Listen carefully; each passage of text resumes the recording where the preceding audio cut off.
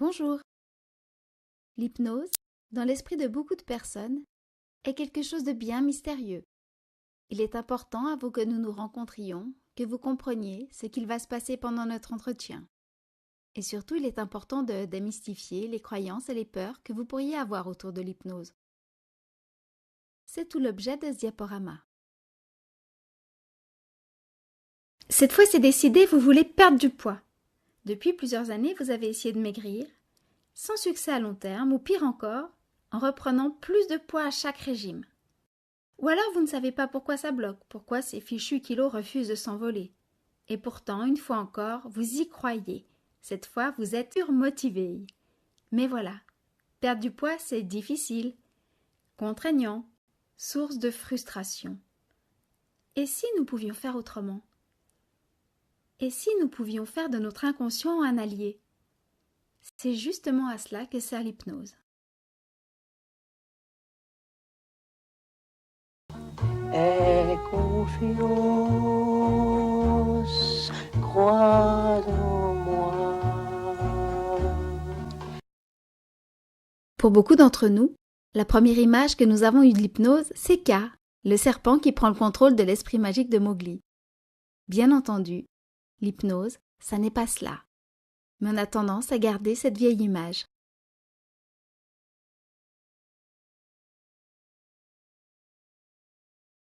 Il faut bien comprendre que les hypnotiseurs de spectacle exploitent ces souvenirs d'enfance en s'adressant à notre inconscient et en nous montrant des choses extraordinaires qui valident nos croyances de l'enfance.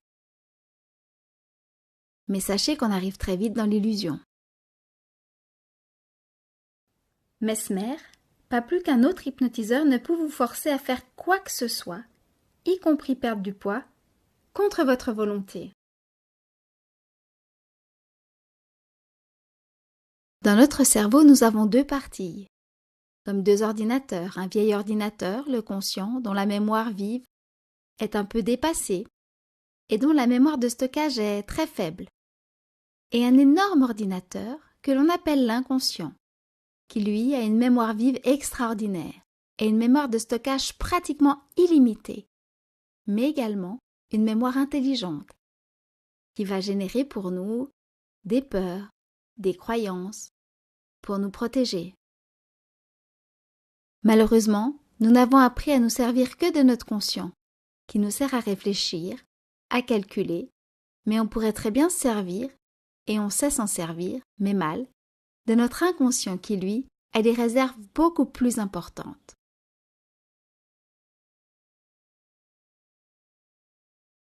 L'état d'hypnose est un état tout à fait naturel dans lequel nous nous promenons très souvent. Si par exemple un publicitaire comprend à quel point notre inconscient est plus rapide et enregistre beaucoup mieux les messages, il ne s'adressera bien entendu jamais à notre conscient, qui serait plus loin à comprendre le message et surtout qui ne le retiendrait pas. Pour vendre un produit de luxe comme un parfum, il est hors de question de parler à la partie de la personne qui calcule, qui raisonne. On serait obligé de lui parler par exemple du prix, de la promotion intéressante en ce moment. Et à ce moment-là, cette personne en raisonnant n'irait pas l'acheter. Alors on fait appel à l'inconscient qui gère son imagination et on l'entraîne dans une histoire très rapide mais dont il va comprendre le sens et graver le message. Le message pourrait être le suivant.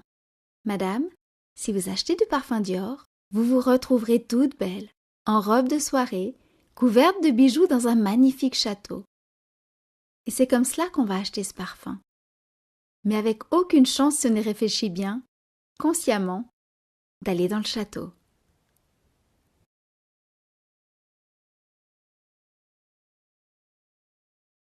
Votre inconscient a vraiment un rôle de protecteur. Lorsque vous faites un rêve, par exemple, ou un cauchemar qu'un ours un peu vindicatif vient vous embêter, qu'il vous coince dans un coin, au moment où vous allez vraiment être trop en danger, au moment où vous allez peut-être même presque mourir, votre inconscient, pour vous protéger, parce que c'est trop dur à vivre de se voir mourir, va arrêter le jeu et vous allez redevenir conscient. C'est à ce moment-là que vous pouvez constater que votre corps s'est mis en route, comme si l'ours avait été là. Vos muscles sont pleins de sang, puisque votre cœur pompe très rapidement. À ce moment-là, Votre rythme cardiaque, votre respiration sont accélérés, comme si vous veniez de courir. Lorsque vous lisez un livre, si vous ressentez des émotions alors que vous êtes un adulte conscient, en train de tenir du papier dans vos mains, c'est bien que vous êtes en plein imaginaire, parti dans l'histoire. Vous êtes même sans doute dans la peau du héros, dont vous ressentez toutes les émotions. De même, quand nous sommes captivés par un film, nous ne sommes plus un adulte assis dans une chaise en train de regarder un mur, mais nous avons quelque part des yeux d'enfant, de moins de 10 ans. C'est là qu'on commence à entrevoir que notre inconscient est un gamin, quelque part un peu naïf. On se projette dans l'histoire comme si c'était vrai. C'est le fameux jeu du « comme si ».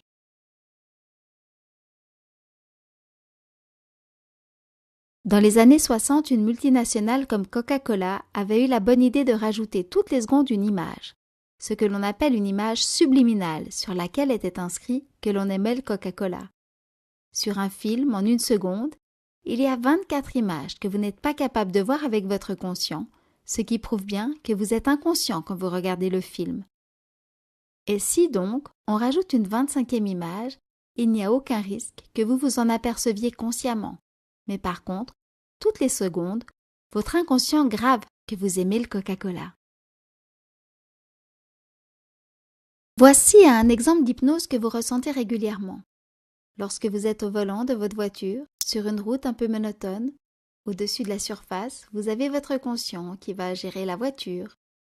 Et en sous-marin, vous avez votre inconscient qui gère votre corps, votre mémoire. Votre conscient, étant un vieil ordinateur, vous allez très vite le saturer, parce qu'il y a trop d'informations qui lui arrivent. Du visuel, de l'auditif, de l'olfactif, du toucher.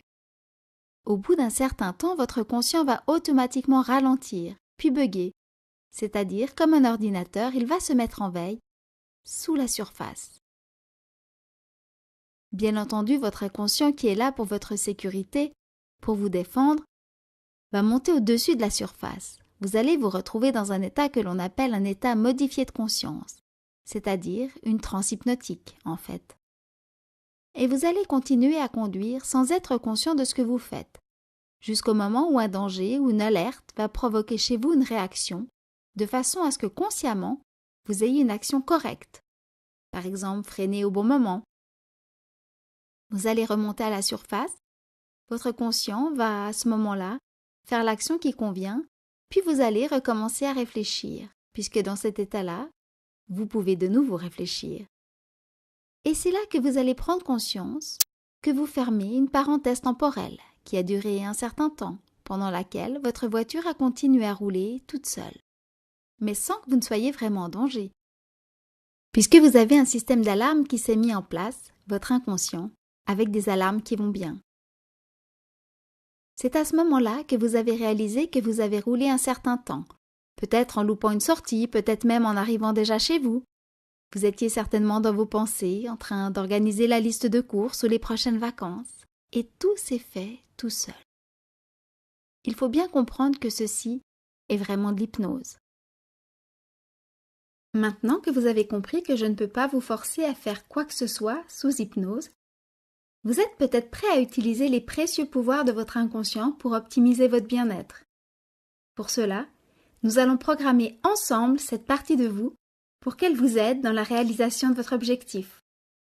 Pour que ce soit facile et agréable pour vous, et pour que vous ressentiez les effets rapidement, même avant d'avoir vu tous vos kilos fondre. Vous attendez sans doute de moi que je vous mette au régime, que je vous prive de vos plaisirs et que je vous aide à subir les inconvénients durant votre perte de poids. Mais ce n'est pas du tout comme ça que ça va se passer. En plus de l'hypnose, je vais vous apprendre à apporter à votre corps ce dont il a besoin au moment où il en a besoin, afin de lui permettre de déstocker sans vous procurer de frustration ou d'envie. Je vais vous aider à changer également votre façon de voir le chemin qui va vous mener à votre silhouette souhaitée, pour que ce chemin soit facile et agréable. J'ai hâte de vous rencontrer. À bientôt!